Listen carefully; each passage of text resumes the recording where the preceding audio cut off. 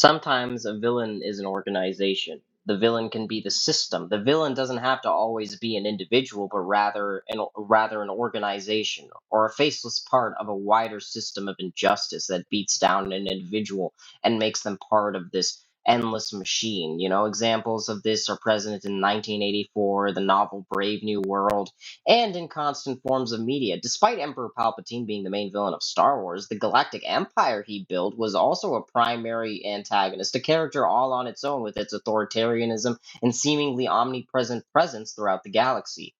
In this way, I'd say organizations are just as much subject to the same villainous competency and criteria rules as individuals. And more interestingly, I think it's fair if we begin comparing certain villainous organizations with one another to see which one ultimately affected their setting more and which one was more cinematically fitting for their setting and more accomplished in their various settings. I'm not talking about which organization would win. I'm not saying whether this empire had the better plasma cannons to destroy that empire. I'm talking about whether this empire had the character, the ideology, and the intrigue, as one would say, to sort of reel the audience in and make them wonder, how does this group operate? What is their ideology? Why are they doing what they're doing? What are their motivations? And what is their end goal?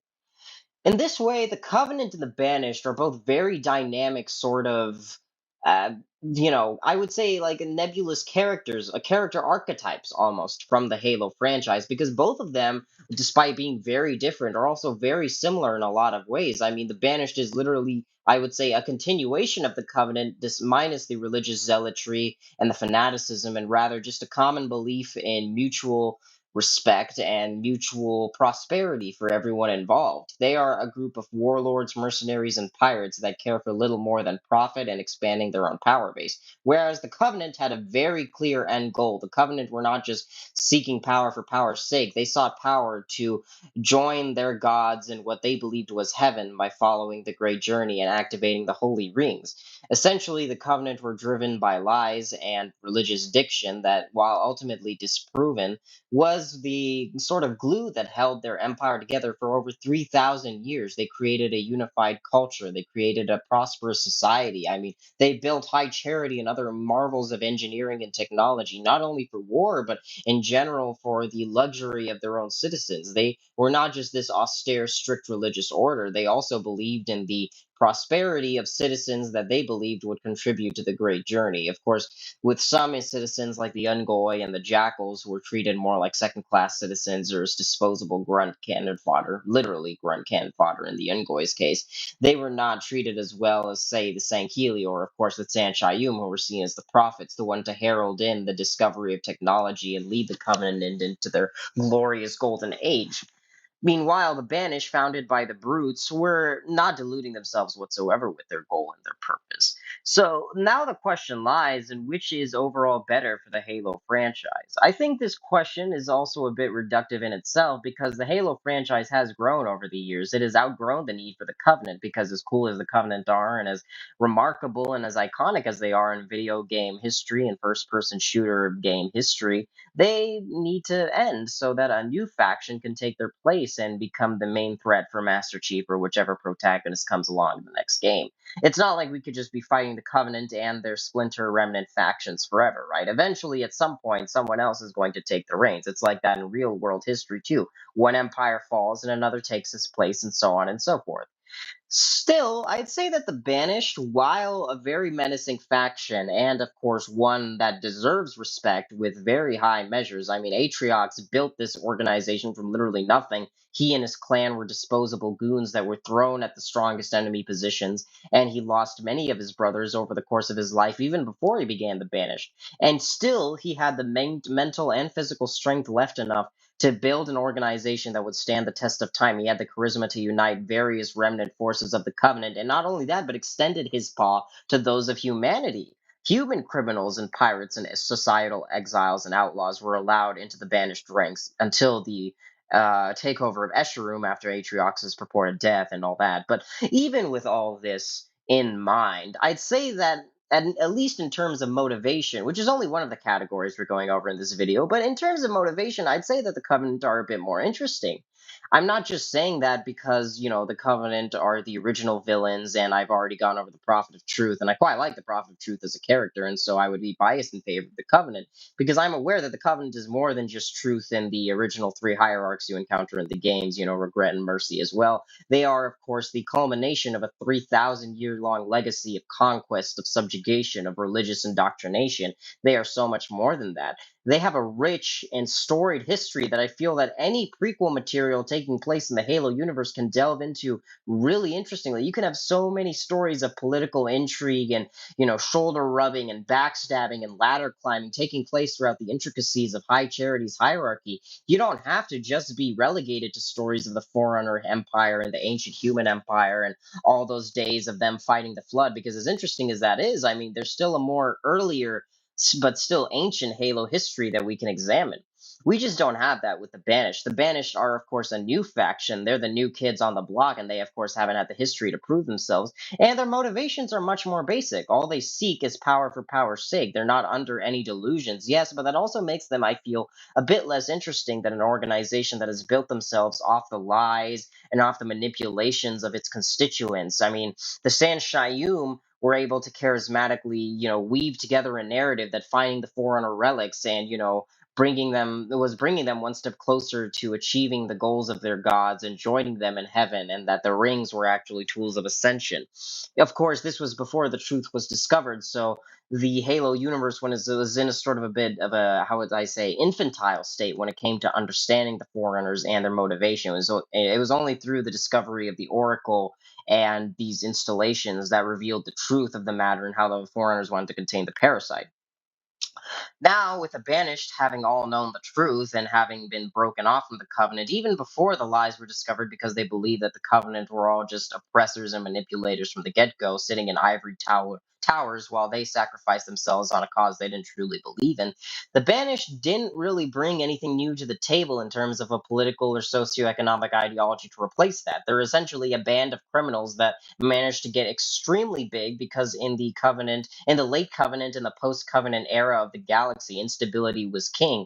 And a lot of, forces in the Covenant that didn't just want to subscribe to another reimagining of the Covenant belief system, another imagining of the Covenant remnant forces like Jul Mdama's Covenant, or, the Keepers of the One Faith who are in the Halo novels that just wanted to activate the rings again and were just led by a brood instead of a Sanshayun this time. These guys, they wanted something more. They wanted their own personal benefit. So, of course, they joined Atriox's pirate organization, the Banished. But in terms of like what they want, again, it's just power for power's sake. And while I do appreciate that in a villain, as an organization, I mean, there's not much for them to achieve. There's no end goal besides the proliferation of themselves until who knows, maybe they'll become a regional power. Maybe they aim to become a new covenant, but without the religious influences, they simply aim to become like a secular covenant, maybe a sort of like banished empire where the strongest will rule in a sort of twisted meritocratic system. And the lower ranks are not filled with certain species, like in the Covenant, how the lower ranks were exclusively those of the species undesirable, like the Ungoi, for example. The banished lower ranks will be filled with those that were unable to measure to the standards of Atriox and his leading council of war chiefs due to their own personal character and their own personal motivations. I find that really cool. Don't get me wrong. I mean, for a villainous organization to not rank based off hereditary claims or heraldry or just belonging to a certain species or group, that's pretty innovative. I will say that. However, it also just makes for a less interesting overall end goal because the Banished don't have any overarching narrative that drives them. They have no specific desires that they want to see achieved. They have no like artifacts they want to seek out besides the ones they seek out purely for power's sake. Atriox even says he is not truth, he is not Tartarus, he is their remedy in a Halo comic. So in terms of motivation, I would have to give this one to the Covenant. But in terms of actual organizational hierarchy and efficiency, I will have to give this one to the Banished. Now, let's look into their overall fitting and their sort of place in the Halo universe. The Covenant were the main villains for the first three Halo games and Halo ODST and countless other pieces of Halo media released during that time period. Halo novels and various Halo mobile games and all that jazz. And the remnants continue that legacy as well. I mean, I'm going to count count the Covenant remnants as part of the Covenant, not because they actually were in canon, because of course they were splinter states, but because most of them kind of proselytized the same ideology as the Covenant or kept the same name as the Covenant because warlords wanted to declare themselves the righteous and true continuation of the Covenant, like Jul Imdama, for example, or Castor, a brute who was leading the keepers of the one faith, and individuals like Pargvol and so on and so forth. They were just opportunistic warlords, but they still had the name Covenant, and it's not like they were any different from the Covenant besides not having the San Shayum around anymore, who were universally hated after the events of Halo 3 for obvious reasons. So the Covenant have their place in Halo lore as the main antagonists. Of course, there's also the Parasites, who were the overarching villains. But aside from them, the Covenant, they were the villains of Halo Combat Evolved, Halo 2, and Halo 3. And you could play as them in Halo Reach as well in the multiplayer. And I think in the Halo 2 multiplayer you could play as them as well. So players were very familiarized with the Covenant and what they wanted for the longest time. The Covenant have made themselves endemic to Halo lore. There is no Halo story without the Covenant. There is no Legend of Master Chief without the forces that he killed to create that legend. There is no demon that is Master Chief, right? Without the Covenant to call him that. There is no Thel 'Vadam without the Covenant. The Covenant has produced so many remarkable characters, whether despite of or because of. I mean, you have Zaitin Jar Watanri, a Supreme Admiral who was so dangerous that the prophets exiled him to the boundaries of space just because they knew that if he stuck around any longer at the centers of power, he would launch the rebellion. There was Artes Vadam, who was initially a Covenant loyalist, very strict and loyal Covenant like member until he saw Thel 'Vadam and the genocide against the elites, and he became one of Thel's closest friends. So the Covenant has created this sort of mythos for Halo, a mythos within the Halo universe, because the Halo universe is a vast, expansive place, and within that, the Covenant, as a villainous organization, have done so much to make it so much more interesting. The Covenant are building off a piece of ancient Halo lore. I mean, the Foreigners are a part of Halo lore, and the Covenant are making use of that lore as a story tool. The Covenant are amazing because they're making use of a previous story tool, a previous series of MacGuffins, the Foreigner artifacts and rings, the arcs and installation. Installation 01, Installation 00, the Zeta Halo, as we see. I mean, that's more of a Banished thing, but the Alpha Halo and all that stuff. I mean, and also the key, the librarian. I mean, all these secrets, all these hidden agendas and treasures that the Foreigners have. As a story, from a storytelling perspective, the Covenant make perfect use of that because they build off it, right? They are an empire that worships those very things and wants to pursue them because they believe those are the keys to ultimate power and glory and happiness in the universe. So, we've established that the Covenant are the right, a sort of, I guess I would say, the storytelling evolution of the Halo universe. They are a storytelling tool that the writers can use whenever because they want to say, oh, we need a villain for this foreigner centric story about humans coming across a foreigner artifact on a deserted planet. Boom, put in the Covenant remnant, or boom, put in the Covenant themselves at the height of their power. And there you have a great setup for an amazing story. So, what are the Banished by comparison? Well, the Banished are definitely a Halo faction, I would say, for the new age, because nowadays, people I've noticed people are like, well, we want villains that are just evil for evil's sake. We don't want these sympathetic villains anymore. It's kind of horseshoed around because for the past 2 decades in pop culture and video games and movies and stuff, and we've tried to create, like, a lot of people have tried to create villains that are sympathetic, that are understandable, and have motivations that are genuinely, relatable to the average Joe Schmo. I mean, we've seen that in, say Demon Slayer, for example. Even most of those characters, even Muzan has a level of sympathy because Muzan just straight up didn't want to die. I mean, he's still like near redeemable evil asshole, but he didn't want to die, and that's how his journey began. He was getting impatient with death. And you could say the same for the Covenant. Most of the Covenant armies that were battling for them, except, the main three prophets in the games that we see, they did not know that it was all a lie. They believed that, they were genuinely fighting for a righteous cause. For them, the Covenant belief system, the Forerunners, their relics, the beauty of it all, the tapestries of life that they were creating across the universe, and the subjugation and hegemony they were building throughout from their floating city of high charity was all they knew. They only knew the glory of empire and wanted to expand it any way they could. So the Covenant were very deluded in that sense. Whereas the Banished have no delusions about themselves, about their moral bankruptcy. They are simply fighting for survival and dominance in an unforgiving, cruel universe. They want treasure, they want gold, they want respect, they want power, and they just want more and more and more for themselves so they can last and prosper forever. So, in terms of motivation, it's really a matter of personal preference. For me, of course, I do enjoy two-dimensional villains, but I enjoy when they're pursuing a specific goal. I don't enjoy just them idling around and seeking power for power's sake. And as much as I do respect the Banished for, seeking power for power's sake, as I've mentioned earlier in the video, and if this video were just a standalone analysis of the Banished, I would be heaping tons of praise onto them because I do like the Banished as an idea, but compared to the Covenant, I just, again, don't see them as interesting, don't see them as sort of compelling. That's a good word for it. Not interesting because the Banished and their origin story and what they're doing is pretty interesting. I think Atriox and his mentor Escharum and the other Banished warlords, what they get up to in the in Halo Wars 2.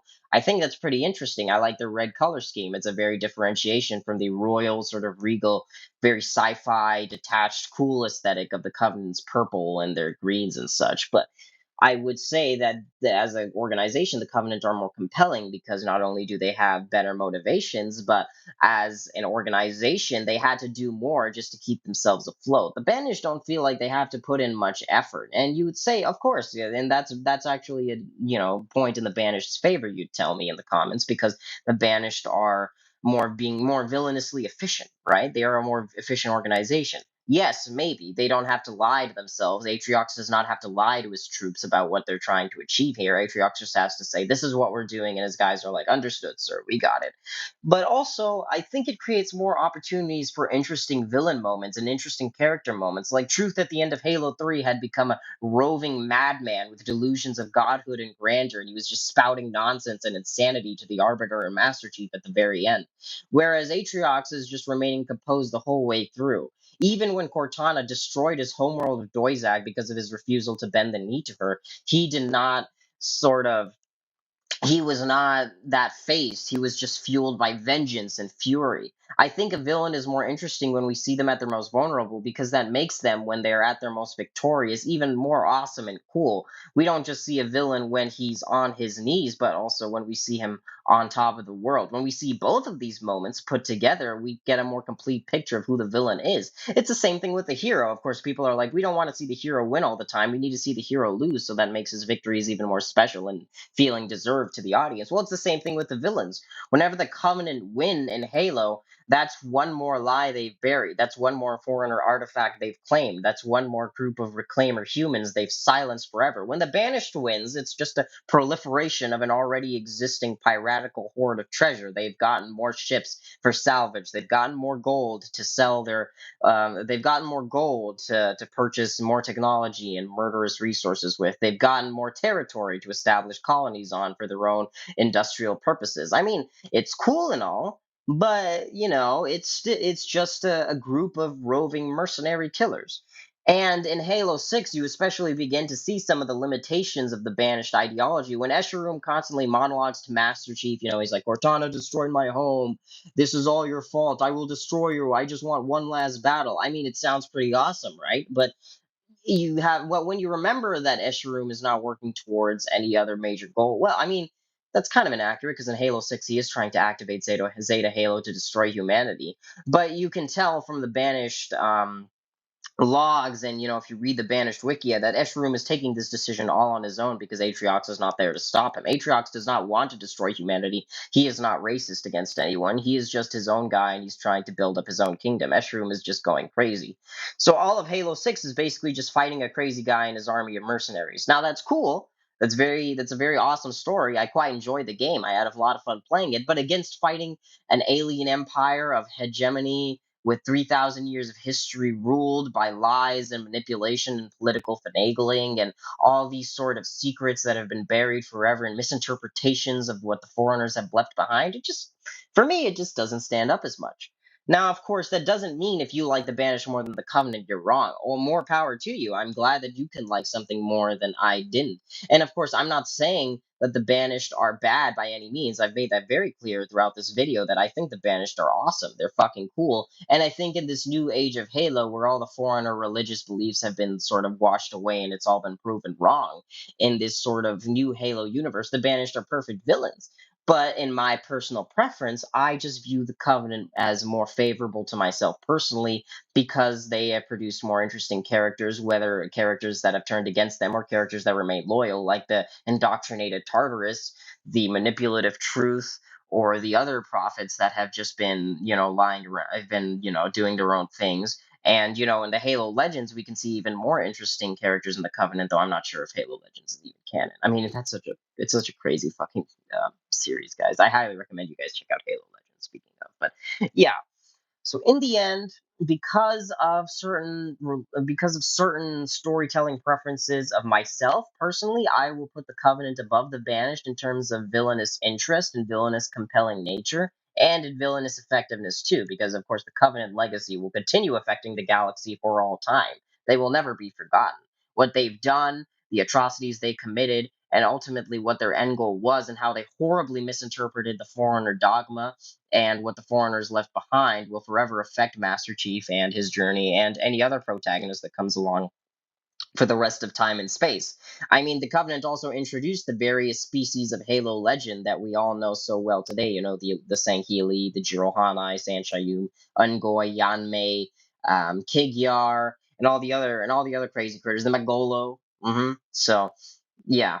And of course, the Banished have all that too, but ultimately, the Banished just feel like a more criminal pirate mercenary based retexture of the Covenant. I'm sure they'll evolve even more, and they've already gotten a lot of amazing story details. They've already gotten a lot of cool stuff in the Halo 6 various multiplayer expansions, like their own AI and stuff. And give it a few more years, maybe even a decade more. I mean, in real life, if 343 decides to make another Halo game, I don't know how they're going to do that. They've been kind of dropping the ball recently, but if they do, and if they feature the Banished, give it a bit more time, and hopefully, if the Banished are not usurped by that really stupid, like endless bullshit, and they're given more time to cook, and since Atriox is back in action, I think maybe they'll begin building an ideology and building a genuine future for themselves outside of the proliferation and conglomeration of treasure. But until then, I'm giving this one to the Covenant.